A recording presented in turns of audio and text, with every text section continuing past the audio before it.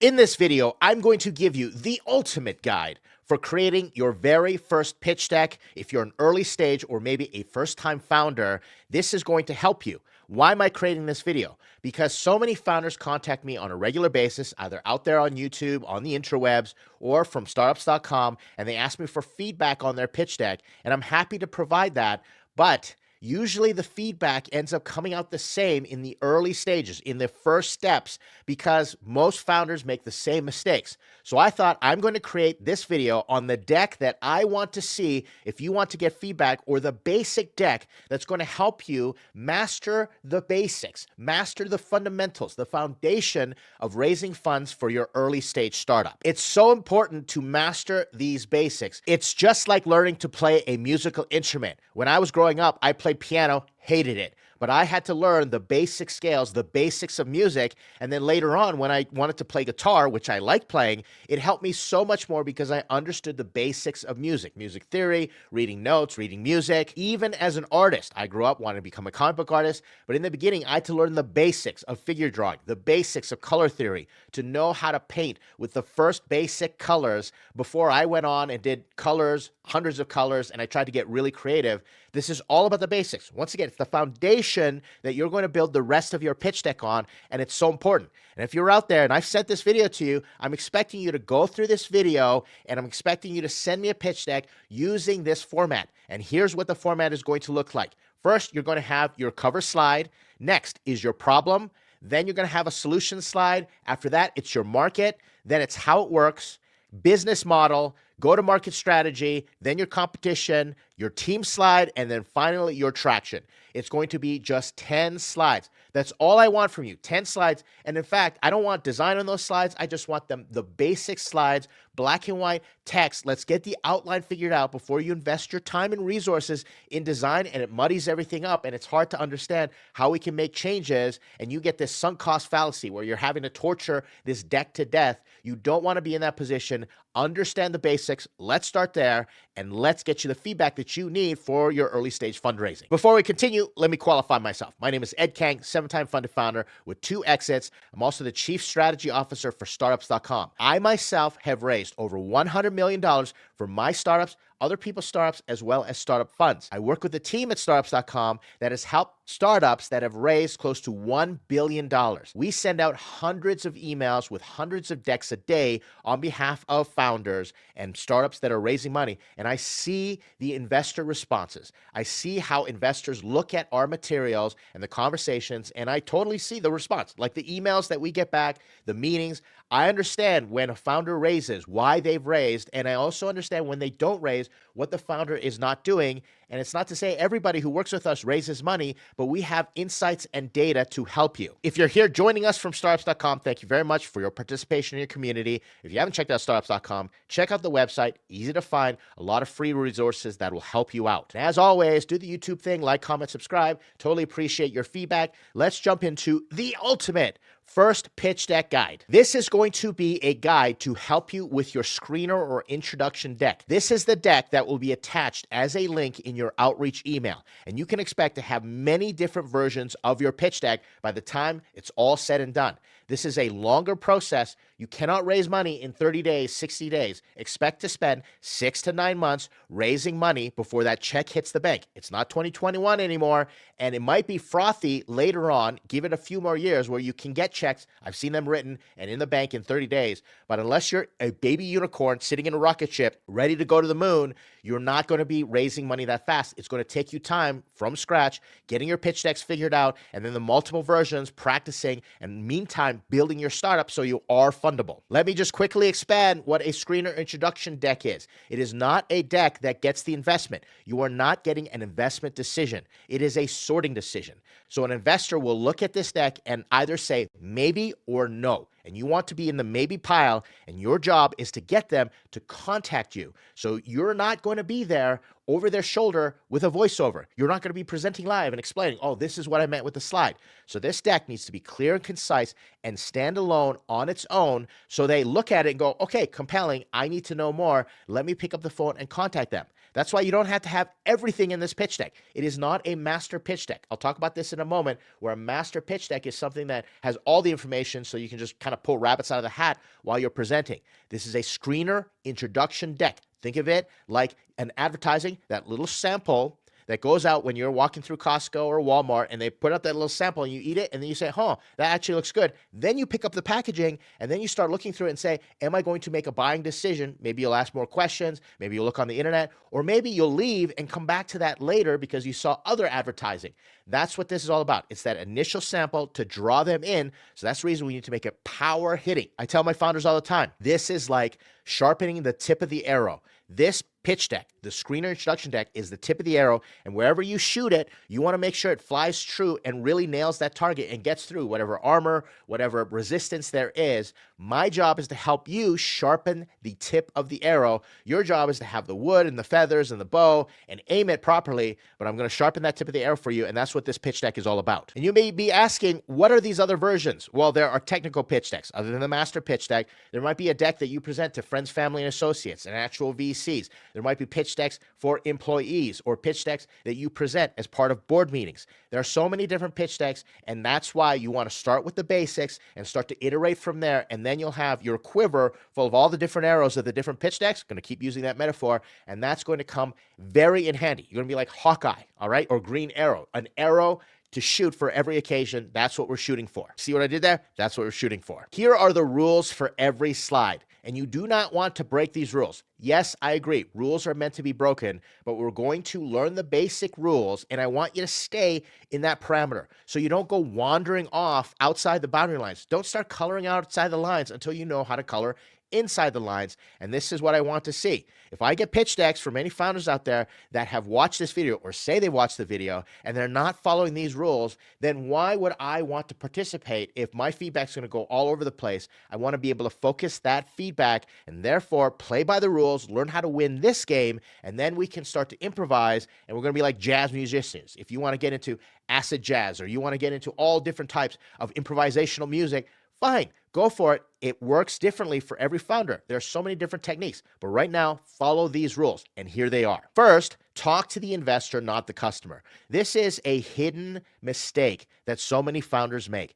They talk to the customers. They think they're pitching a customer, and they say, now you can save all this money, or now you don't have to deal with this problem, that problem. Well, what if the investor doesn't have that problem, but understands that other people have that problem, understand the market has the problem, and is interested in solving that problem because it's a big market? But if you use fluffy, buzzy language just for the customer, we're revolutionizing the way that you get into your car and you travel around and you take vacations, the investor is going to check out. You're going to create this cognitive friction. So do not talk to the customer, talk to the investor. And it's pretty clear when I see that language, scrub it. Another way is to read your deck out loud and see how it comes across. Would an investor that you empathize with relate to what you're saying? The next rule is no inside language or hype.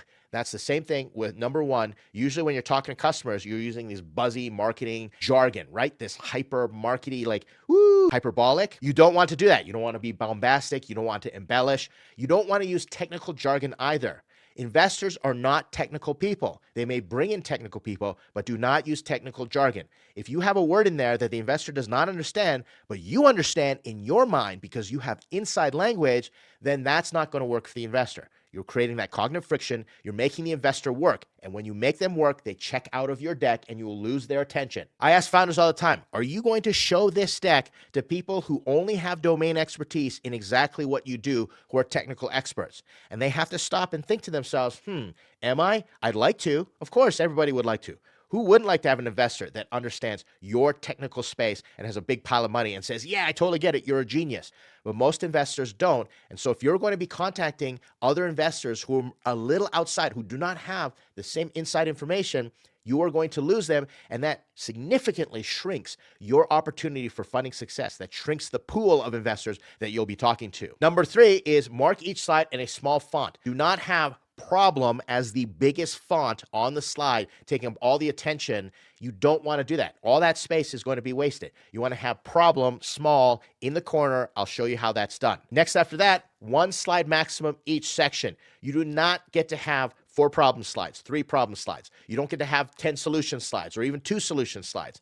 You do not get to have that because you don't have time. You want to be succinct and you want to be concise. We'll talk about how to do this. I'll show you the examples, but 1 slide each. As soon as I see repeats and duplicates, my feedback is instantly going to be combine them all into 1 slide. The best pitch decks do that. Beyond 1 slide per section, you're going to have only 1 headline per slide plus 3 bullets. And we're going to change that around just a little bit depending on what you have as far as information in your slide. But you want to be thinking 1 headline per slide. That's it. And then 3 bullets. Don't put a wall of text into your slide. We can see this a mile away. You just look at it and say, there's no way that an investor is going to read that, because an investor is typically looking at your deck on the go or on a mobile device, does not have time to zoom in and scan everything and try to pick through your deck riddled with all those details to say, does this make any sense? I'm just going to check out. Furthermore, it's going to tell us that you as a founder, you don't have the ability to create a concise message with your pitch. You don't have the ability just to say, here's what I want you to know in 1 shot and be a fantastic communicator, which is going to affect your future rounds of funding, which is going to affect how you raise those other rounds as well as get those other stakeholders and those employees, how you're going to sell to customers. You're not an effective communicator now in this pitch deck.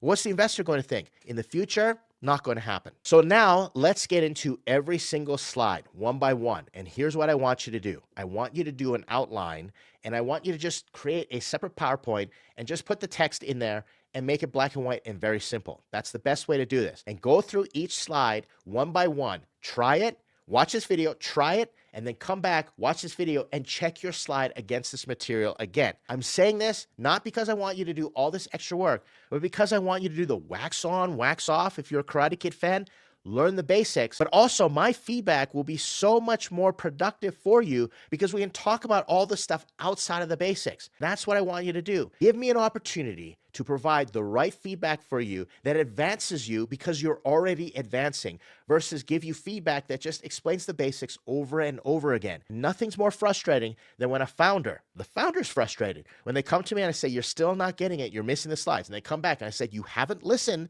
to the last thing that I said. So do this, go through, dot your I's, cross your T's, and show the investor that you're the type of founder that can pay attention to detail. The devil's in the details. One word can throw you off, but I like to always say, this I got out of a John Wick movie. I think the quote goes, how you do something is how you do everything, or how you do anything is how you do everything, something like that.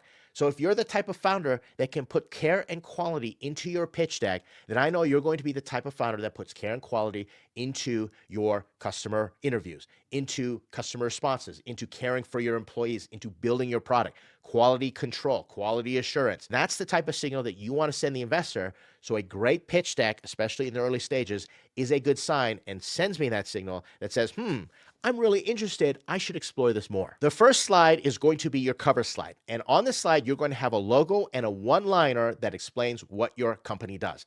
I've got other videos talking about elevator pitches and one-liners, but what's important here is you want to be clear, not clever. Too many founders try to be clever with these kitschy, slogan, buzzy, jargony stuff, these sub-headlines, revolutionizing apps one, creator at a time or something like that, or especially talking to a customer, and that doesn't do anything for anybody. Tell the investor very straightforward that you are going to give them a pitch deck that does this in this space. Just be straightforward. We're an app that saves customers money and helps them pay off debt. I don't know what that is, but there are so many examples of the wrong way to do it because customers are not investors and investors aren't customers. And so founders put in customer jargon, so avoid it. If you're trying to talk to a customer and you think this is the cover for an advertising or brochure pamphlet, that's not what we're talking about. This is for an investor. So help them reduce the cognitive friction. Tell them this is where we're going to go. We do this. We are this solution in this space. Maybe include the market in there, but create that one-liner so that the investor can understand what they're prepared for and they get in the mindset. On top of which, you might not be in the same ballpark as the investor. The investor might say, oh, that's not my space. But they may still take a look at it, but at least you're not going to kick the tires. Nobody's going to waste their time thinking to themselves, well, is this investor the right one? They're going to see right on your cover, you're doing them a favor, and they're going to say, yep, nope, don't invest in crypto. Don't invest in consumer apps. And no harm, no foul. Truthfully, investors usually take a look at the first slides because we're morbidly curious, especially if we get something with a good introduction email. But don't give them a chance to be confused and use the cover slide. This is nothing when it comes to the risk. There's no risk in putting a one-liner on the cover slide. And my buddy Will Schroeder at startups.com always says, this is the one slide that everybody sees. So you got nothing to lose, but you've got everything to gain if you put a proper one-liner on your cover slide. Now we're going to get into the problem slide, and I want you to have a headline with a clear problem statement that investors understand. Investors must understand.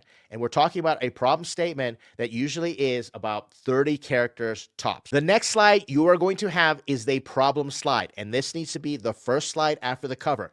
Don't start off with a summary slide. Don't start off with something why now and whiz-bangy, anything like that. This is your basic pitch deck. I know lots of pitch decks have different first slides, and there are reasons for that, and sometimes they work. But in this case, if you are the basic founder, you are going through the basic training founder, you're going to start with a problem slide first. And it's going to have a clear problem statement that investors understand. This is your headline, usually 2 lines or 30 words max. When I'm working with ChatGPT and I'm working with the problem slides, I tell ChatGPT, cut this down to under 30 words and keep the main components of it, the main points that will make investors interested in looking at the rest of the deck so that they clearly understand the problem that I'm solving. And then you're going to add on the slide 3 short bullets max if you need them at all. If you've done a proper headline, then you will have 80% of the work already done. And that's really all you need, because it's all about, hey, is this a maybe? Let's talk about these headlines just for a moment. These headlines should stand alone and explain everything that needs to happen without that voiceover, without you pitching live. Furthermore, it should tell the investor, this is everything that I need to see on the slide. I understand what the rest of the slide is, even if they don't look at your bullet points, if they don't look at your pictures or your charts or your GUI examples that you put there that you might have put a lot of work into, and I get it, but the headline is so important. Think of it like the ad for the ad. You're going to explain to them, hey, if you look through the rest of the slide, this is what you're going to get. But so many times an investor needs to say, yeah, this is what I expect. And I dig it. I like it. I resonate with the problem. I understand what it is. And they'll keep reading. Trust me, they'll keep reading. But if your headline is atrociously complex or vague, generic, they don't understand it, it's lacking clarity, they're not going to read the rest of your slide, and now you're stacking the odds against you. They're going to keep maybe going another slide. But if they don't know what your problem is, well, the next slide is your solution. Then they're going to say, how do I know if the solution is any good if I don't understand the problem? So keep these headlines short and clear and make them stand alone. And that's why we practice with black and white outline pitch decks without graphics. We want the headlines to stand alone. Next, you're going to make sure your headline includes the size, scope, and severity. These are the 3 aspects of a headline for a problem slide that I want to see. You're going to start with who the user is. Who are they? Are these companies? Are these individual consumers? Are they football players? Are they athletes? Kids? Parents? Who are they? And be exact in terms of telling us how many. Don't tell me 70% of Americans do this. Tell me 70 million Americans or 75. I don't care what the number is right now, trying to figure out the math. And that's exactly my point. If you say 25% of this market experiences this problem, the investor has to stop and think, okay, how many people is that? And multiply that by 25%. They have to do the math. Now you're creating that cognitive friction. You don't want to do that. So you want to exactly explain how many users, who the users are, and how many have this problem. After that, you're going to explain what's the cost. What is this problem costing everybody? And why a number is important is because an investor thinks in numbers. An investor needs to understand, if I solve this problem, what is it worth to the market? So explain, 10 million people who do this waste $10 billion a year. Pretty straightforward, right? And if it's a big, painful problem that costs, or explain how many people die from it, or exactly quantifiable evidence that this problem exists and the severity of the problem, what is the cost? Then you are talking. From there, you can then explain why it exists. Why does the problem exist? Is it because of legacy systems? Is it because they don't have any other option? Is it because competition is gouging the marketplace? Explain why it exists, and that way you really set up the investor for your solution. And that's what we want to do with the problem slide, set them up for the solution. So once again, make sure that your short headline contains size, scope, and severity. I realize it's easier said than done, but play around. Use tools like ChatGPT, test them with other people, and try to get it all boiled down to show that you're a confident founder because you know how to communicate in a clear and concise fashion. Now let's move on to the solution. You've set it up with a problem, the solution. You're going to have a clear headline with a clear solution statement that aligns with the problem. And I teach this to founders all the time. If you say 10 million people waste $10 billion because the current solution is slow, manual, and expensive, then you will explain your solution. We've created a solution to this that is fast, automated, and 10 times cheaper. You see how the two connect. I talk to investors all the time, and investors give me this feedback, and they say, we can't stand it when the solution doesn't actually solve the problem. And that typically happens because your solution looking for the problem, and you're just throwing problem statements up against the wall. You want to make sure you start off with the problem and your solution solves it in a way that the investor says, that makes a lot of sense. Off of which this slide is going to have 3 short bullets max. We're going to still follow the same rule, but make sure you explain, what is your solution exactly? Is it an app? Is it a SaaS? Is it a widget? So many founders do this solution statement and they promise a solution to the problem. We make everybody's lives better. That's great. But exactly how? What is it that you're building? Is it a blockchain? Is it a video game? If we don't know, then we're not going to understand what we're getting into. And this will help if you set up your cover slide properly, but make sure you include what it is exactly in your solution statement. The other tip is, do not be generic. Does everybody else say it? It's so important. If I can put a logo of another company on top of this slide and say that's what everybody says, then you're losing because you're going to just be clumped into the rest of the competition. If you say we teach creators how to edit video better, well, how is that any different? Or we have a better video editor. How is that any different than what Adobe would have to say? If you say our AI can solve this problem for you, well, how is that different from every other AI? Same with apps, same with games, entertainment, anything. If it's not differentiated, well, then you're losing the investor. First, they understand the problem. That's great. But there are many startups trying to solve that problem. So differentiate yourself with the solution. Don't be generic. Finally, simplify it without making it simplistic. As I've said over and over again, being concise equals confidence. It shows how confident you are. If you're verbose and you do verbal diarrhea and you just all over your pitch deck and all over the investor, you're showing a lack of confidence. That shows insecurity. You know how people try and fill the silent, awkward spaces with just babble? You don't want to do that with the investor. There's a quote from Einstein, which I butcher all the time, but I think it goes something like, if you don't understand it, you can't make it simple, or if you can't simplify it, you don't really understand it. Founders who understand their problems inside out have a way of communicating it in such a simple way that everyone goes, of course, thank you for making something that I didn't consider. Maybe it's underrepresented or underestimated, saying, thank you so much for making that clear. I can see the problem. Or another way is presenting it in a way that's so simple that presents a unique insight without being technically complex, having so much detail that the investor gets lost. And they say, I didn't know that this was the issue. I had one founder, give you an example, who told me, Ed,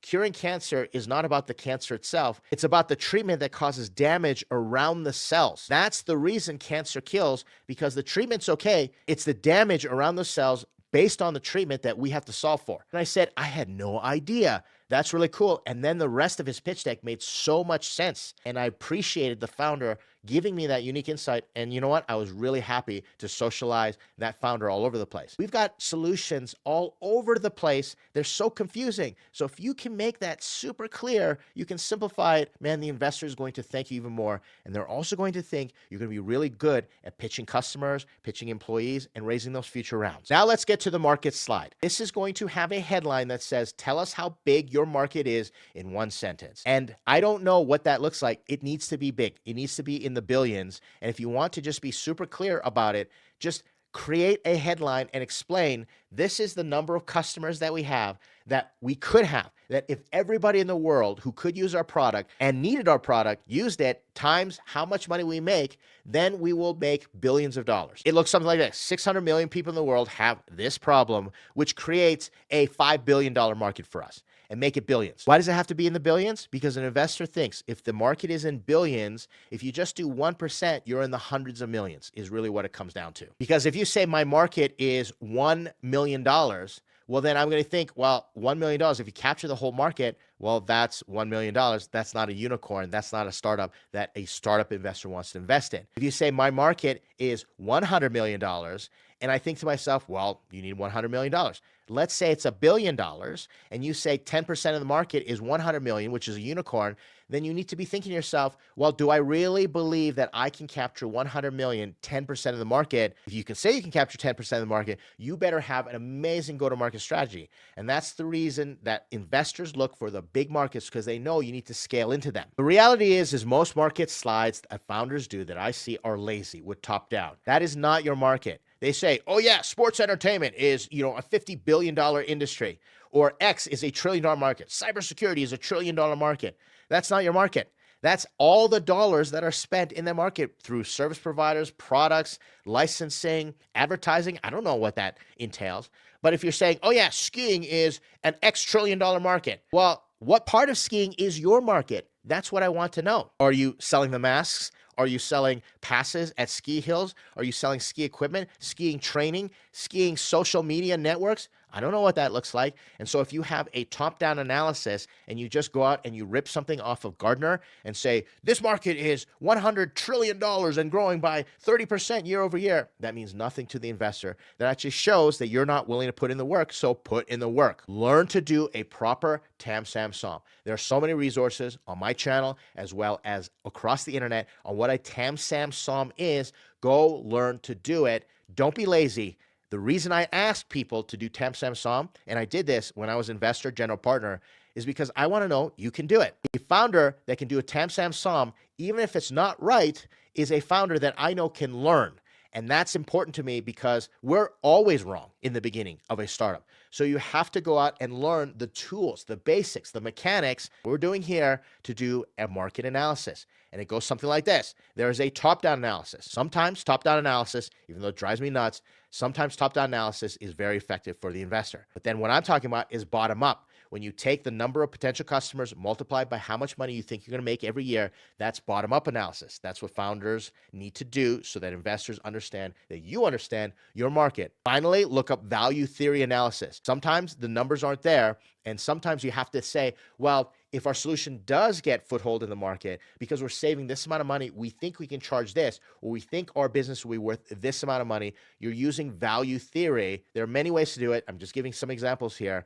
Go research what type of market analysis is appropriate for this market analysis slide. My last word of encouragement here is put in the work to extrapolate. That word extrapolate is extremely important. Investors want to know that you know something that they don't, that you know something that customers don't, that you know something that competition doesn't. And that's where extrapolation is important, especially when it comes to market data. If you come to me as a founder and say, Ed, I can't do a market analysis slide because the data is not out there. Well, then you're going to tell that to an investor? That's not going to fly. You have to be able to extrapolate. And I do this all the time. I go, these studies show that this is the market, this is the pain point, this is how much this problem costs. If I calculate them together, and ChatGPT is really good, especially the new O1 model in terms of reasoning. I tell ChatGPT, extrapolate how big this market could potentially be. And we go through those numbers and I try and find some logic on how I get to my final conclusion when I've extrapolated.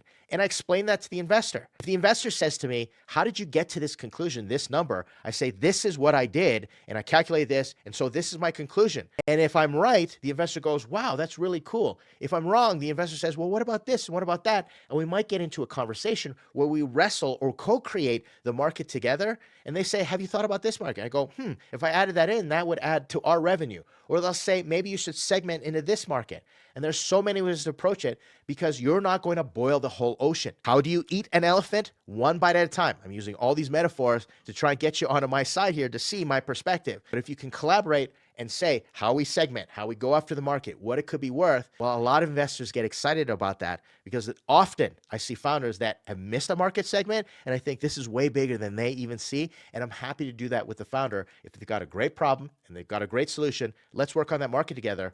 But if anything, show the investor that you understand how to do market extrapolation and that there are big B's, billions in the market, and you will be fine for those startup investors. Now we get to the how it works slide. This is an important slide because you're going to have a headline and it's one sentence explaining your process to user happiness. And I chose these words on purpose because you don't want to just have a generic headline that says, oh, we do this. You want to explain this is how a user is going to get to that fairy tale ending, live happily ever after. And this is what's so amazing. This is why the users are going to love doing it. And it's so simple to get to that conclusion in the investor's mind. If it's clear in their mind, it's going to be clear in the customer's mind. That's what they're thinking, and you'll set yourself up to create more confidence and de-risk the investment on the investor's behalf. You're going to have this headline, and then you're going to add 3 to 5 steps max. Try and get it down to 3 steps. But if you just say step 1, they do this, step 2, this is what happens, and step 3, yay, everybody wins, everybody goes home happy, these magic moments are going on through this process, man, the investor is going to appreciate that much more. But here's a few tips here. It is not an instruction manual. You're not going to put all these little things here and there. It's not turn it on, put in the gas. That's not what we're talking about. You're going to leave out the obvious. Like if you got a software solution and say, user comes to our site, puts in their email, creates an account. Those are not steps that need to happen. Just all that you take for granted. The obvious stuff, don't worry about it. Just say the user inputs their data and the AI crunches it and gives them a report. Simple as that. All the stuff up to that, you don't have to include it. So leave out the obvious and stay away from being generic. That's super important. All the generic stuff, show your special sauce. This is where you're going to demonstrate the magic. If you have something that's AI, don't just say AI tells them the results. Say AI goes to our proprietary database and pulls data from this and then gives them the results, gives them the analysis. Differentiate yourself, because if you're generic and say, we have AI in our app, okay, so does everybody else. How does that work? Is it just a wrapper to an LLM model? Are you going to be using ChatGPT? Or are you going to be prompting ChatGPT? Do you have a different type of prompt that's based on user inputs that goes there? Now, I've said a lot of complicated things. You need to simplify it, because a lot of investors don't know what an AI LLM wrapper is. You just say, we're using ChatGPT as the base engine, and here's how we prompt ChatGPT for a better conclusion that is more advanced, more precise, more useful to the user that they want, that's going to get them to that fairy tale ending. That's what the How It Works slide is for. And if you do it right, it's going to be great for the investor. After the How It Works is the business model slide, and this is how you make money, or how you will make money. Explain it in one sentence. Just say, we charge our customers a subscription fee. Done. Right? Or we charge a subscription fee plus an X% transaction fee on everything that runs through our app. Done. Just explain it in one slide. Don't give me this massive menu, and don't give me this funny chart with all these little bubbles with pricing going into the center and saying, we're going to make trillions of dollars. I don't need to know that right now. We're going to get to that in the financial projections. I need to know how you make money, and you want to be exact with prices. So if you just say, we charge a subscription plus a transaction fee, then just put under there, $10 a month, $100 a year, 5%. Just be exact. Here's the other thing. You don't have to be correct with your assumptions either. Here's the other thing. You don't have to be correct with your assumptions either. Just put out a hypothesis on what you think users are going to charge and what you plan to charge based on research. But if you can, I suggest battle testing your assumption. If you can explain to the investor that we talked to all these people, we got these letters of intent, or we got people signing up, and told them that this is going to be $20, and they signed up anyway, they gave you a deposit, or they put their email address in and they said, let me know, I agree with the pricing, it's going to be great.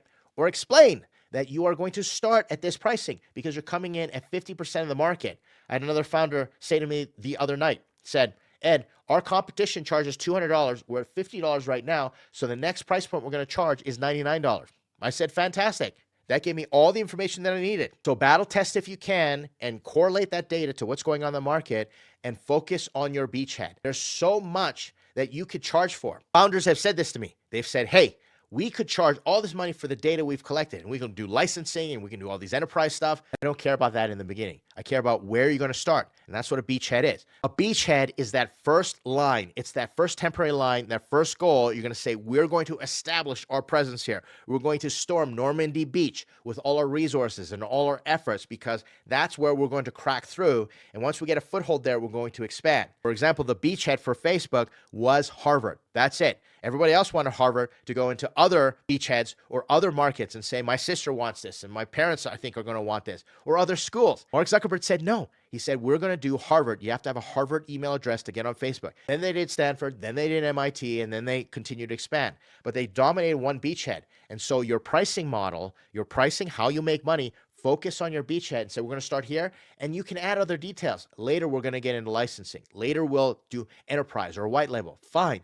But start with the beachhead, be super clear. And if it's battle tested and you compared it to the competition, the market, well, it's going to be that much better of a slide. Slide 6 is your go-to market strategy. You're going to have a headline, and it's going to have one sentence on the main strategy for customer acquisition. Just the overarching headline. And I want you to put one strategy. That's it. I don't want you to put all these complex things. I don't want you to tell me you're going to go viral and then you're going to do paid and you're going to do all this stuff, because chances are you won't. Chances are you're going to be wrong. You might be testing it, but I'm not investing in your company to test. I'm investing in your company on stuff that you've already figured out or that you have the most confidence in. So if you say we're going to launch using social media and nano influencers, and then later on in the slide, you can explain how that evolves, that's going to be so much better. Even better than that, you can say how you're already getting customers if you already have traction. What's important to understand here after your headline is that this is not a laundry list of tactics. You're not going to say we're going to use social media and then put Facebook, Google, TikTok, and everything else. That's just a laundry list. Those are things that you might try. Don't do that. It needs to be a strategy. So if you can, demonstrate a novel insight. Hopefully, you've already been testing customer acquisition strategies.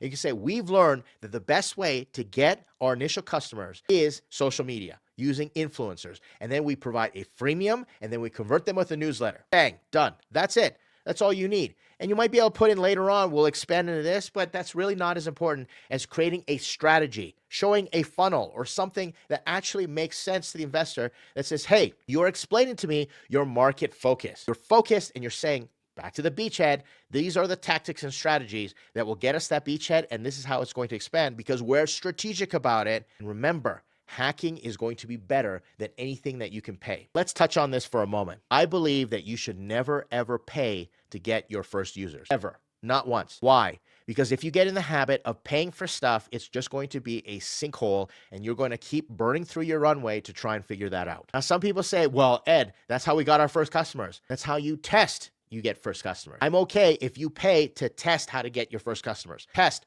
what message goes out there, what is going to be viral, what is going to get people talking about you and get you that organic flow of traffic, organic flow of customers. I hear this all the time during pitch competitions or when investors are doing due diligence or they're interviewing a founder. They say, what are you doing to get customers? And if they say, oh, we just pay for advertising, then it's a non-starter right there. But if they explain, oh yeah, we hacked this community on Facebook. We got into communities and we're putting in messages or we're pulling traffic from Reddit. And then the inevitable question is, well, when are you going to start your own community? Because if you learn to hack it, guess what? Communities are free. You can create a community and your customer acquisition cost goes down to zero after they're in the community. You see how the investor is thinking? They're not thinking to themselves, well, gee, I'm so excited to put in my $1 million and having 50 cents on every dollar go to paid advertising. What does that do in terms of scale? Now you're digging yourself a hole and the unit economics don't work out, especially if you've got high cost of customer acquisition and low lifetime value. And your unit economics, you need to understand your COGS, those all come into play. And that's the reason the best marketing strategies are the hacking marketing strategies in the beginning that create a little bit of organic virality so that the investor comes in later and pours gasoline on it and says, now I know if I pay for some ad and I get a user, virally speaking, that creates 3 other users because they're so happy and they start referring everybody else. Then it becomes that flywheel, and then you can get to exponential growth and scale and become that unicorn, which is what the investor needs to see.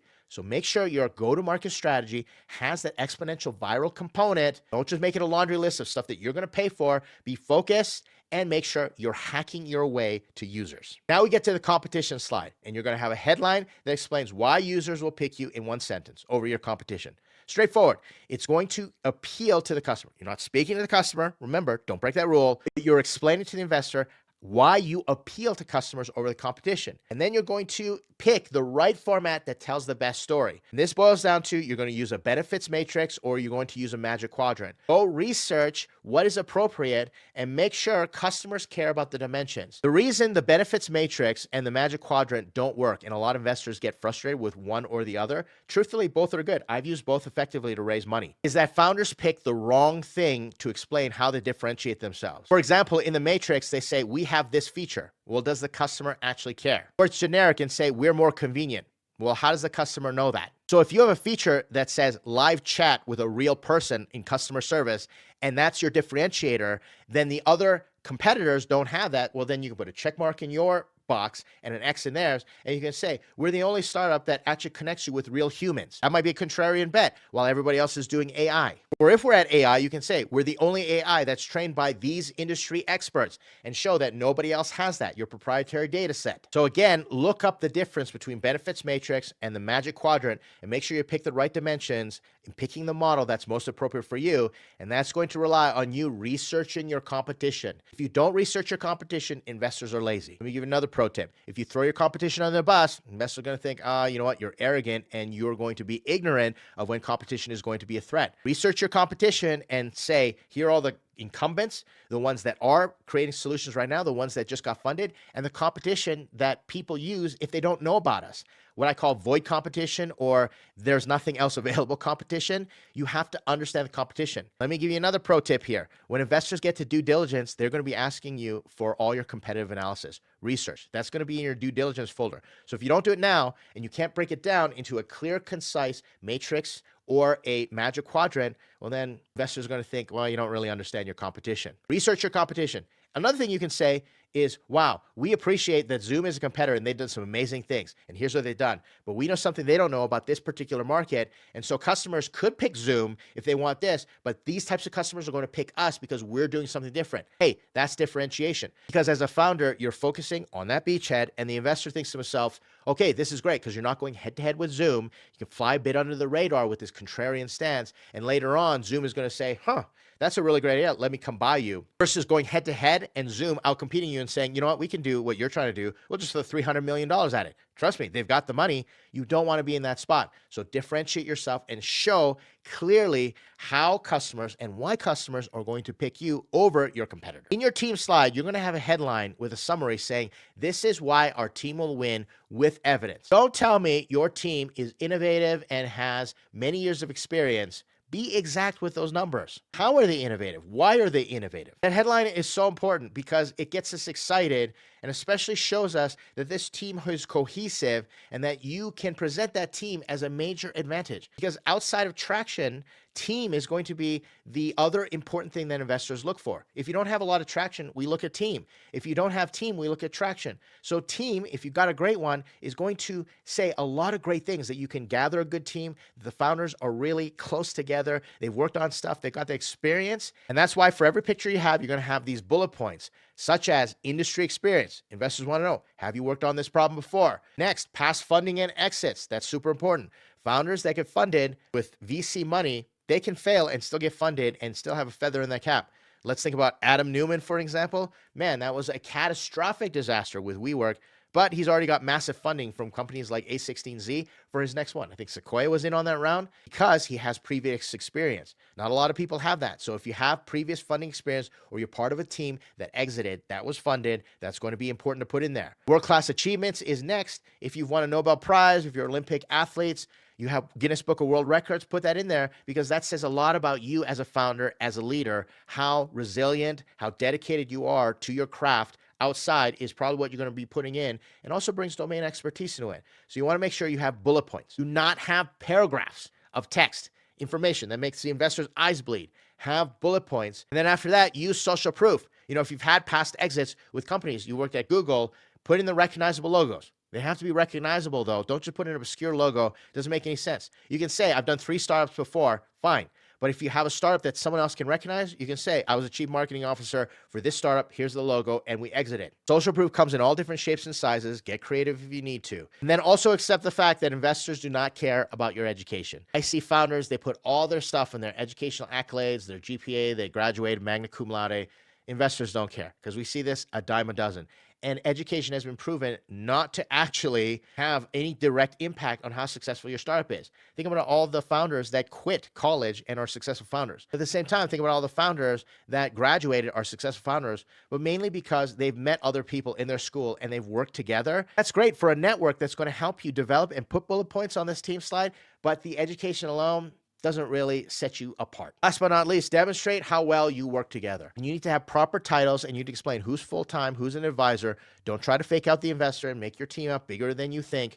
Explain, this is the team that's going to win, but look at how long we've worked together. We know our roles. We've worked on projects in the past together, and this is the team that's going to win. This is the team that you can trust with your money, Mr. Investor or Mrs. Investor. Remember, we always expect that founders are going to mess it up. Their initial assumptions, their hypotheses right out of the gate are going to be proven false. The startup's going to pivot over and over again or do these iterations, maybe not a major full pivot, but they're going to have to persevere. And that's the reason we want to see the team that's come together, probably worked on projects before. That's why Y Combinator asks you, where have you worked with this founder before? What have you done outside of this startup with this founder? If you can share, oh yeah, we did this college hackathon together, or we won this award together, or we worked in another company together, and then we exited together, that's going to say so much more about the cohesiveness of your team if you got the right players. And that's why you want to share not just our team is great, but how well we work together. That means if you got a co-founder that basically you met at a hackathon and you've got a Las Vegas shotgun wedding,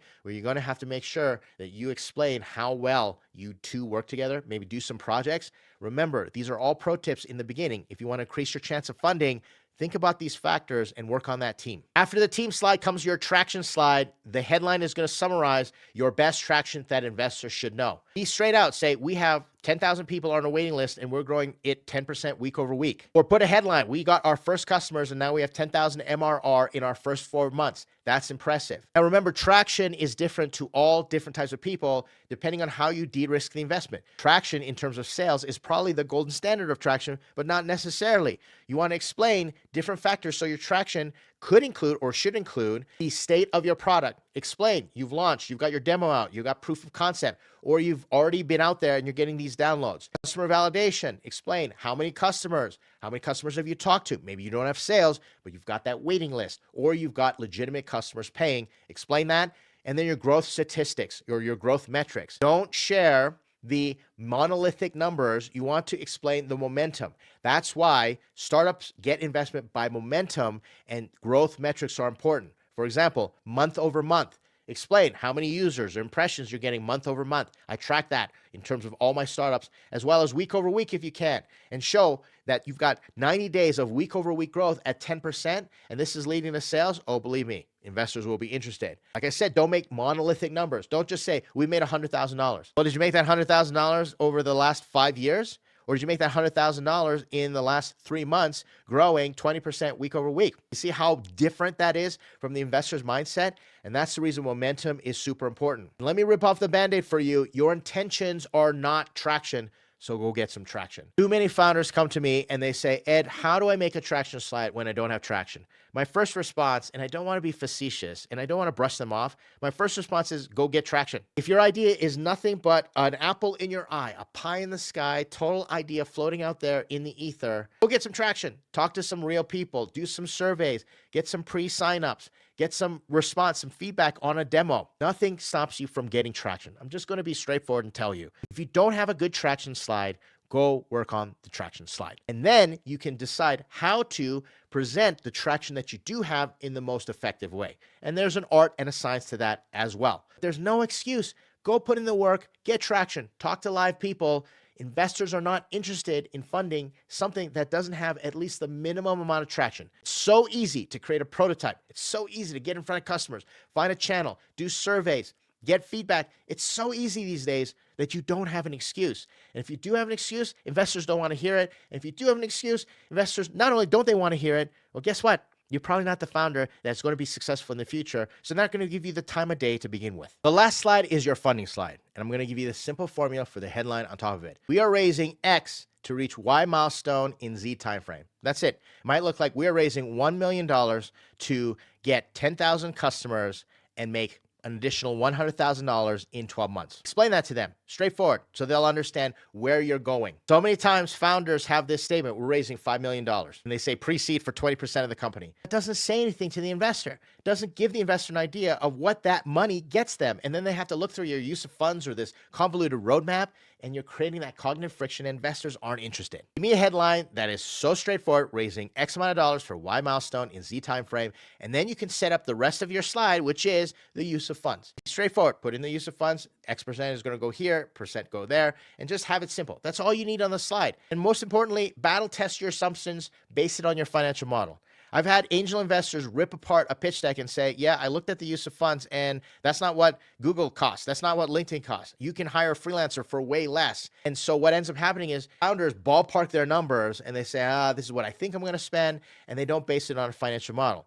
You have to know your numbers. If you do a financial model, even the basic one, you can fill this slide with information that makes sense.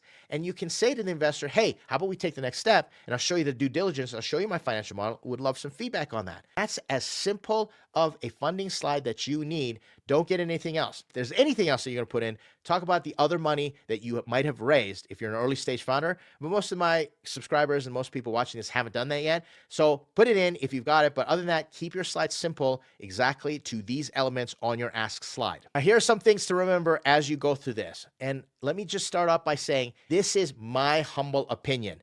There are so many ways to skin this cat. More metaphors coming your way. A lot of founders come to me, but Ed, this so-and-so expert says it this way and that way, and I saw it this way. Great, go do it that way then. I'm just one guy who just had my experience, and there are many other people who are smarter than me, who have more experience than me, who are way more successful than me.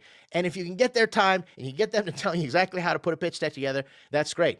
But the fact of the matter is that there are pitch decks out there that I thought were horrible that have raised money. There are pitch decks in formats that I would never use that have raised money. But I've also raised money with my format. So it's not about who's right or who's wrong. It's about what's right, what's appropriate for you. And this is only my humble opinion. So I present this humbly to you and say, these are some things that you need to remember. My opinion is not the end all be all. A lot of people come after me and they say, here's all the reasons Ed does pitch decks wrong. Fine. Go talk to them. I'm okay. I'm a big boy. I'm secure with myself. If you don't like my method of pitch decks, that's great. Go with them. But here are the things that I want to talk to you about from here on. Let me reiterate again. This is about getting contacted. This is not about getting the investment. You want to make sure that you do everything you can to get them to pick up the phone and say, I'd like to learn more. And you can worry about that pitch deck after. And that is when you'll have a master pitch deck ready. That's the slide deck that has everything that you can think of. It's got like 300 slides if you need to. I know founders that have 300 slide pitch decks with every single piece of information so that when you're presenting, they say, well, what about this? You can say, well, just so happens I have a slide for that. Let me pull that up for you. It's your master Bible, if you will. It's your pitch deck that's got everything in it. You want to have that ready, which is going to help you create all those other versions of pitch decks, like a technical pitch deck. That's going to help you. The financials can come later unless you've already been generating revenue. If you've already been generating revenue, well, put in a financial slide. That's great. And talk about how your trajectory is going to get you up and to the right. But that's the point. Every financial projection slide that I see goes up and to the right. Anybody can make any financial projection look flowery and rosy, like everyone's going to make $1 billion. Investors look at that and they say, it's going to be wrong. We know it. And they don't pay any attention to it. So you don't have to have a financial slide. That's going to come later. In due diligence, your financials will come later. Your financial model, they are going to scrub it. So you want to make sure that you're financially savvy, but don't put it in your pitch deck if you don't have to. Don't worry about it. We're going to go through hundreds of iterations. This is not an overnight process. I purposely made this video extra long so that you have to think about it, so that you put in the work. Too many founders come in and they give me this pitch deck that they probably spent like 45 minutes on. And then I send them feedback and the pitch deck they return is probably got about another 45 minutes worth of work into it. That's not what we're talking about here. You'll go through hundreds of iterations. Do yourself a favor, buckle in and say, I'm going to pack a lunch. This is going to be an all-day job, multiple day job. Get ready for the work. Put in the work. And then after you put in that work, get feedback ASAP. Go and show it to co-founders, other founders at first, friendly faces, friendly people who will give you feedback and tell you, it kind of sucks. Advisors like me, that's my job, is to say, I don't understand it. I don't think investors are going to understand it. Going back and forth with a founder right now. He wants to use a particular term. And I say, I don't know if investors are going to use that term or understand it, and it's going to make sense for them. But if you feel conviction, go ahead. Let's test it with other people, because I may be seeing something that you're not, or vice versa. Neither of us may know. Go get that feedback. It's important. Then target the right investors. If you go and send a deck that's pre-product, pre-revenue to a seed investor, they're going to literally laugh in your face, or they're going to be very, very irritated with you. Do research. You're going to go ask them for a 5, 6, 7-figure check. If you can't do the research on what it takes. You wouldn't do that in sales. You wouldn't go ask someone for a $500,000 sale and not do research on your prospect. Research and target the right investors. Thankfully, there are different types of classifications, investors, and they put it out there. They say, we are pre-seed. We will invest in pre-revenue, pre-product. Others will say, we are a seed company. We invest in seed. We need to see product market fit. Or we're in BCD rounds. We need to get into scale before you exit. Investors will understand. So not all investors are the same. Target them, but after you do your research. And the best way to make this work really well for you is to build a great company. Nothing is going to stop you more from raising funds if you don't have a company worth investing in. So do the work, take the time. It's so much easier to do a great pitch deck if you've built a great company first. Then it's just a matter of communicating it. So many founders, the internal reality of their company is so much better than the external perception of their pitch deck. I get excited to work with those types of founders. You want to be doing that. Build your company. If you're building a company just to raise funding, that is completely the wrong way. It's half-assed backwards. I'm just going to be super harsh on it. Don't build a company so you can raise funding, so you can put some money in your pocket or get yourself a job or salary. Build a great company, and then the pitch deck takes care of itself. While you're doing that, avoid cognitive bias. What's cognitive bias? It's the story in your head that makes you think you're the best founder in the world and that you've got it all figured out, that everybody wants your solution when you haven't talked to everybody. Do you actually want my solution? It's what goes on your head. It's that doom loop. And I call it a doom loop because it will spell doom for you. And you go out and you talk to people, and you only talk to people who are going to tell you what you want to hear. You go to your echo chambers. It's cognitive biases that are going to kill you. In your head, you think you've got it all figured out, and it makes sense. The investor will totally understand. Customers are going to love you. Well, what if they don't? How are you going to figure that out? You need to test, and you need to be ready to put in the hard work. And that's my last point. It's meant to be hard. How do you get out of that cognitive bias? You say, this is going to be hard, and I'm probably going to get smacked in the face multiple times. It's like getting hit in the face 10 times a day and saying, can I get up after that? That's what a founder's life is like. Other people have said this expression, being a founder is like eating broken glass and eventually liking the taste of your own blood. When you put yourself in that mindset and say, I need to grow, I need to expand.